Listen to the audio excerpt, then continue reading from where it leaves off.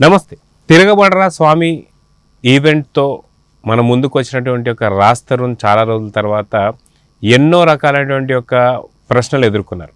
అయితే లావణ్య తిరగబడి చేసినటువంటి ఒక ఈ ఇష్యూ పైన కొన్ని ట్విస్ట్లు అయితే జరిగాయి. అయితే అవేంటి అనేది మనతో పాటు సీనియర్ జర్నలిస్ట్ హేమసుందర్ గారు ఉన్నారు. వారిని అడిగి తెలుసుకుందాం. సార్ నమస్తే. నమస్తే అండి. సార్, టాలీవుడ్లో ఇప్పుడు ఏ సినిమాలు రిలీజ్ అవుతున్నాయి రాజ్ తరుణ్కి అనే కన్నా నిజంగా ఏంటి ఈ ఇష్యూస్ అనేవి అనే క్వశ్చన్సే ఎక్కువ వచ్చేటట్లున్నాయి. ఎందుకంటే మనం ఇంతకుముందు చూసుకుంటే పురుషోత్తముడు అనుకున్న దానికి రాజ్ తరుణ్ ఈవెంట్కి పాల్గొనలేదు. ఎందుకంటే ఇదే ఇష్యూ కూడా చెప్పాడు. అదే రకంగా నిన్న తిరగబడరా స్వామికి నిన్న అటెండ్ అయినందుకు చాలామంది విలేకరులు కానీ లేదా 100 days ఫంక్షన్ జరిగినంత రేంజ్లో రావడం అనేది అది రాజ్ తరుణ్ కూడా చెప్పాడు. సో మొత్తానికి కథ ఎటువైపు మలుపు తిరుగుతుంది ఏంటి? ఇప్పుడు పూర్తిగా రాజ్ తరుణ్ వాళ్ళ ఫ్యామిలీ మెంబర్స్ కూడా ఈ ఇష్యూలో బయటపడడం జరిగింది. సో దీన్ని ఎలా చూడాలంటారు? ఇప్పుడు వాళ్ళకి తల్లిదండ్రులు కూడా మనశ్శాంతి లేకుండా పోయిందండి రాజ్ తరుణ్ ఇష్యూ వల్ల. ఎందుకంటే ఆ అమ్మాయి ఆగట్లేదు, అసలు ఎక్కడ బ్రేక్ చేయట్లేదు. ఇంటికి వెళ్ళిపోయిందట మాదాపూర్లో. వాళ్ళు కేసు పెట్టారు. నైట్ టైం ఇంటికి వెళ్ళిపోయి గొడవ చేయటం, తలుపు కొట్టడం, గొడవ చేయటం వాళ్ళ అమ్మ నాన్నల మీద. ఇది చేసేసరికి ఇక వాళ్ళు వెళ్ళిపోయి మాదాపూర్ పోలీస్ స్టేషన్ కేసు కూడా పెట్టారు. ఒక తల్లిదండ్రులుగా వాళ్ళకి మాత్రం చాలా మానసిక క్షోభను మాత్రం ఈ ఇష్యూ అయితే మిగిల్చిందని చెప్పాలి. ఇక్కడ తప్పు సాధారణంగా ఇద్దరు పక్షాల ఉంది, తప్పు ఇద్దరిదే ఉంది. కానీ ఒకళ్ళే నిందించడం అనేది కరెక్ట్ కాదు. ఇక్కడ ఈ అమ్మాయి లావణ్య ఎంత మానసిక క్షోభను అనుభవిస్తుందో రాజ్ తరుణ్ కూడా అంతకన్నా ఎక్కువగా మానసిక క్షోభను అనుభవిస్తున్నాడు. ఎందుకంటే అతను సెలబ్రిటీ హోదాలో ఉన్నాడు, ఈ అమ్మాయి ఆ హోదాలో లేదు. అతను సినిమాలు చేసుకోవాలి, అతని కెరీర్ దీనితో ముడిపడి ఉంది.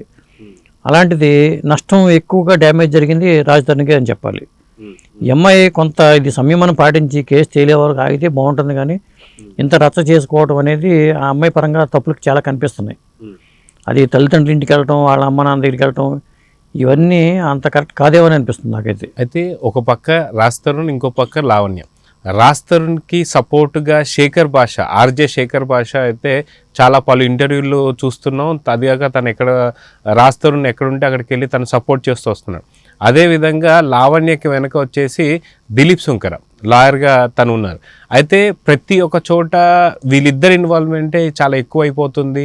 ఆర్జే శేఖర్ భాష రాజ్ తరుణ్ వైపు అయితే, ఇక్కడ వచ్చేసి లాయర్ దిలీప్ సుంకర అని చెప్పేసి అయితే అంటున్నారు.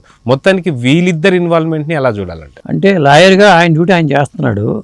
ఇప్పుడు శేఖర్ భాష అనే వ్యక్తి అది ఫ్రెండ్షిప్ వల్ల కూడా కావచ్చు అతను సపోర్ట్ చేయటం అనేది. ఏదేమైనా ప్రెస్ మీట్లో కూడా మీడియా వాళ్ళు కూడా క్వశ్చన్స్, ఆ తరహాలో క్వశ్చన్స్ చేయడం కూడా కరెక్ట్ కాదనిపించింది నాకైతే. పైగా ఏంటంటే సభా మర్యాద పాటించాలి.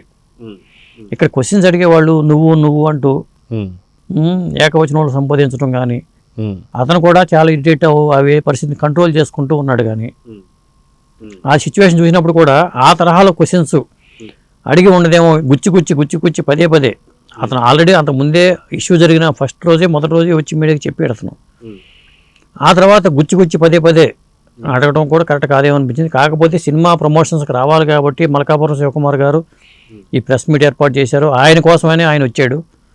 వచ్చినప్పుడు సినిమాకి సంబంధించిన క్వశ్చన్స్ అడగటం మానేసేసి ఈ పర్సనల్ ఇష్యూ మీదే క్వశ్చన్స్ అన్నీ వెళ్ళిపోవడంతో ఒక్కసారిగా అంతమంది ఒకరి మీద దాడి చేయడం కూడా కరెక్ట్ కాదేమనిపించింది నాకైతే. అయితే చాలా ధైర్యంగా రాజ్ తరుణ్ ప్రెస్ ముందుకు రావడం మనం చూసాం. అదిగాక తిరగబడరా స్వామి అది ఈవెంట్ గురించి. కానీ పూర్తిగా విలేకరులందరూ కూడా రాజ్ తరుణ్ మీద తిరగబడ్డట్టు కనిపించింది. సో మొత్తానికి ఆ ఈవెంట్ని ఎలా చూడాలి? తిరగబడరా స్వామి ఈవెంట్ అని చెప్పి చూసుకోవాలి, లేదంటే విలేకరులే తిరగబడ్డట్టు ఈవెంట్ అని? అదే తిరగబడలేని స్వామి అయిపోయాడు ఆయన. వాళ్ళ మీద మాట్లాడటానికి కూడా అక్కడికి ఆ మాత్రం చాలా సంయమనతో వ్యవహరించడం చెప్పాలి. ఆ ప్లేస్లో ఇంకొకళ్ళు ఉంటే ఆ ధైర్యంగా కూడా ఉండేది కాదేమో. ఎందుకంటే మాట తడబడుతుంది, అది చెప్పే సమాధానం కూడా ఒక్కోసారి డివేట్ అయిపోతున్నాడు ఆయన. ఈ పరిస్థితి ఇంతమంది ఒక్కసారిగా వస్తే అది కష్టం కదా. అన్ని ప్రశ్నలు తట్టుకోవడం అంటే చాలా కష్టమైన ప్రక్రియ. కానీ ఆ మీడియా కూడా విపరీతంగా వచ్చేసేసి క్వశ్చన్స్ వేయటం అనేది ఇవాళ ఉన్న సోషల్ మీడియా పరిస్థితుల్లో, మరి అతను పురుషోత్తముడు ఈవెంట్కి రాకపోవడానికి ప్రధాన కారణం ఏంటంటే ఇలాంటి ప్రశ్నలు వస్తాయని. ఈసారి ఏంటంటే మరి సినిమా ప్రమోషన్స్ కూడా ముఖ్యమే కాబట్టి, ఇవాళ సినిమా రిలీజ్ అయింది కాబట్టి దీనిలో భాగంగానే వాళ్ళు ఏర్పాటు చేశారు. నిర్మాత తన వంతు బాధ్యతగా రాజ్ తరుణ్ రమ్మంటాం, అది Q&A ప్రెస్ మీట్ పెట్టడం, అక్కడ ప్రశ్నల అస్త్రాలు సంధించడం వీళ్ళు జరిగిపోయింది. ఏదేమైనా ఈ ఇష్యూని ఇంతటితో వదిలేయటం అనేది బెటర్ ఏమనిపిస్తుంది. దీనికి కేసులు నడుస్తున్నాయి కాబట్టి దీనికి కాలమే పరిష్కారం చూపాలి. ఆ అమ్మాయి కూడా తగ్గిపోవడం, ఇంత రచ్చ చేసుకోవడం వల్ల ఎవరికి ఉపయోగకరం కాదు. అది దీన్ని ఏదో విధంగా రాజీ మార్గంలో వెళ్ళిపోవడమో, లేదా కళ్యాణ్ దిలీప్ శంకర్ గారు కూడా దీనికి మధ్య మార్గంగా ఒక పరిష్కార మార్గాన్ని సూచించి, అటు మీరు చెప్పిన శేఖర్ కానీ వీళ్ళు ఎవరైతే ఇటు పక్కన వాళ్ళు ఇన్వాల్వ్ అయ్యి చేస్తే బెటర్. ముఖ్యంగా ఆ తల్లిదండ్రులు కూడా అంత క్షోభని మిగిల్చడం అనేది కరెక్ట్ తప్పు అనిపిస్తుంది నాకైతే. అయితే తిరగబడ్ర స్వామి ఈవెంట్లోనే రాస్తారు అన్నటువంటి మాట ఏంటంటే, నిజంగా నా సినిమా హిట్ అయినా ఇంతమంది విలేకరులు వచ్చి ఉండేవారు కాదేమో, కానీ సినిమా ఈవెంట్కులోనే ఇంత పెద్ద స్థాయిలో వీళ్ళు రావడం అనేది ఓన్లీ నా పర్సనల్ ఇష్యూని బేస్ చేసుకొని వచ్చారని చెప్పి అంటున్నారు. నిజంగా ఆ ఈవెంట్కి అంతమంది విలేకరులు వచ్చారు అంటే ఓన్లీ రాస్తారుని పైన క్వశ్చన్లు సంధిస్తానికే వచ్చారని చెప్పి అనుకోవాలా, నిజంగా తిరగబడ్ర స్వామి ఈవెంట్ సక్సెస్ చేస్తాను? తిరగబడ్ర స్వామి ఈవెంట్ కోసం అయితే రారండి. రాజధాని మనకి ఎప్పుడు దొరుకుతాడని చూస్తున్నారు వాళ్ళు. ఆయన ఆ టైంకి వస్తాడని తెలిసింది కాబట్టి మీడియా వాళ్ళు అంతమంది వచ్చారు. అదే టైంకి అక్కడ కూడా లావణ్య రాబోయింది, లోపలికి వెళ్ళబోతే ముందే చెప్పారు కాబట్టి పోలీసులు వెళ్ళలేదు, అక్కడ అడ్డుకున్నారు. లేకపోతే లావణ్య కూడా అక్కడికి వచ్చి రచ్చరచ్చ అయిపోయింది. అదేంటంటే ఇప్పుడు మీడియా వాళ్ళకు కూడా అది ఒక పండగ వాతావరణమే కదా. ఇట్లాంటి ఇష్యూస్ బైట్స్ని కవర్ చేసుకెళ్ళినప్పుడు అది ఎప్పుడైనా సరే న్యూస్ అనేది ఇంపార్టెంట్ యాంగిల్ వాళ్ళు చూస్తారు. ఇప్పుడు మీడియా వాళ్ళు అంతమంది రావడానికి ప్రధాన కారణం ఏంటంటే వాళ్ళకి హాట్ న్యూస్ కావాలి ఎప్పుడు కూడా. దానికోసమే హాట్ న్యూస్ కోసమే వాళ్ళు వస్తారు. అలాంటప్పుడు ఏంటంటే సినిమాకి సంబంధించినవి అడగమని ఆయన అంటున్నా కానీ వీళ్ళు వినరు. కాకపోతే ఇప్పుడు మనకి ఎంత సన్నిహితం ఉండొచ్చండి, మీరు నేను ఫ్రెండ్ అయినా కావచ్చు, కానీ ఒక వేదిక మీద కూర్చున్నప్పుడు ఏకవచనంలో సంబోధించడం అనేది నాకు అది చాలా ఇబ్బందికరంగా అనిపించింది. అది ఇప్పుడు అది మనం పాటించాలి ఎవరైనా సరే. అయితే గతంలో చాలామంది చాలా హీరోలకి చాలా రకాలైన ఎలిగేషన్స్ ఉన్నా సరే ఎప్పుడు ఈ స్థాయిలో విలేకరులు అలా ప్రవర్తించినట్టయితే నాకైతే అనిపించలేదు. మీరు చాలా సీనియర్ జర్నలిస్ట్ కాబట్టి మీకు ఎప్పుడన్నా అలా అనిపించేది? ఇంతకుముందు గతంలో ఇలాంటివి జరిగిన ఎప్పుడన్నా మీరు ఏమన్నా అనుభవించారా? అంటే సాధారణంగా మీడియా వాళ్ళు ప్రశ్నలు వేయడం సర్వసాధారణమండి. అది మర్యాదపూర్వకంగా ఉండాలి. ఇంట్రాగేషన్కిను ఇట్లా ప్రశ్నలు సంధించడానికి తేడా ఉండదు. ఇంట్రాగేషన్ చేసినట్టుగా చేయకూడదు.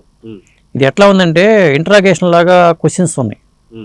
అది చాలా మనం పద్ధతిగానే మనం దీని మీద మాట్లాడాలి, కానీ అది ఖచ్చితంగా తప్పే. గతంలో ఇలాంటి ఎప్పుడైనా సరే మీరు చూసారా? చూసాము, మేము క్వశ్చన్లు అడిగినవి ఉంటాయి కదా. అంటే ఈ స్థాయిలో అంటే తిరగబడ్ర స్వామి ఈవెంట్ కాస్త తిరగబడ్ర స్వామి పూర్తిగా జర్నలిస్ట్లే తిరగబడ్డట్టు అయిపోయింది. ఇలాంటి ఈవెంట్ ఎప్పుడైనా మీరు చూసారా? నేనైతే చూడలేదండి.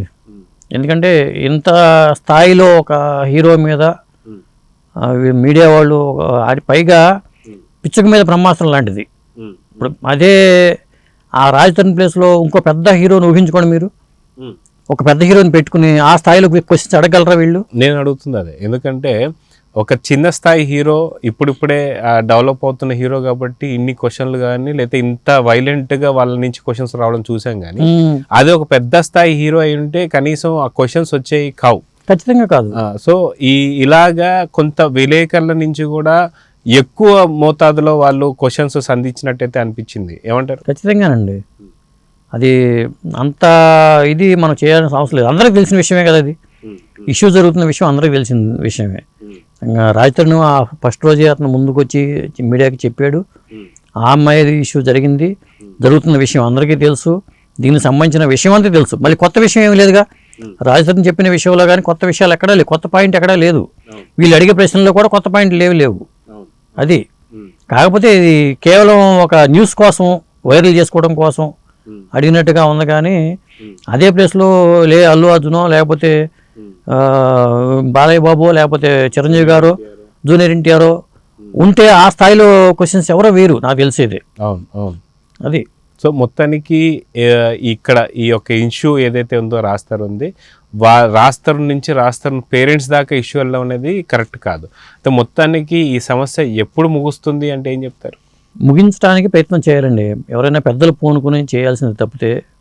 ఎందుకంటే ఇప్పుడు వేరే వాళ్ళు ఇన్వాల్వ్ అవ్వటానికి ఏమో ఇది పర్సనల్ వ్యవహారాలు, ఇలాంటి వ్యవహారాలు వేరే వాళ్ళు ఇన్వాల్వ్ అయితే వాళ్ళకి మాట వస్తుంది. వాళ్ళు ఇన్వాల్వ్ కాలేరు. దీనికి ఏదో పరిష్కార మార్గాన్ని ఆలోచించుకుని ముగింపు పలకడం అనేది చాలా బెటరు.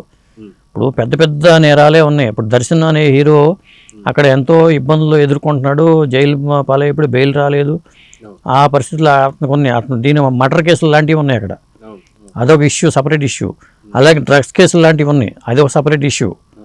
డ్రగ్స్ కేసు ఇక్కడ నడిచినప్పుడు కూడా ఈ తరహాలో ఎవరో దాడి చేసి అడిగిన క్వశ్చన్స్ ఏం లేవు.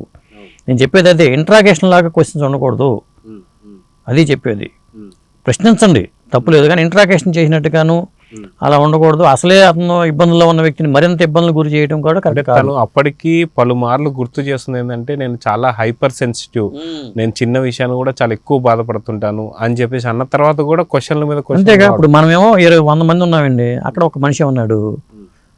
అలాంటప్పుడు మనం ఎలా ఉండాలి? అవతల వాళ్ళు హర్ట్ చేయకుండా మనకు కావాల్సిన సమాధానం రాబట్టుకునేలా ఉండాలి.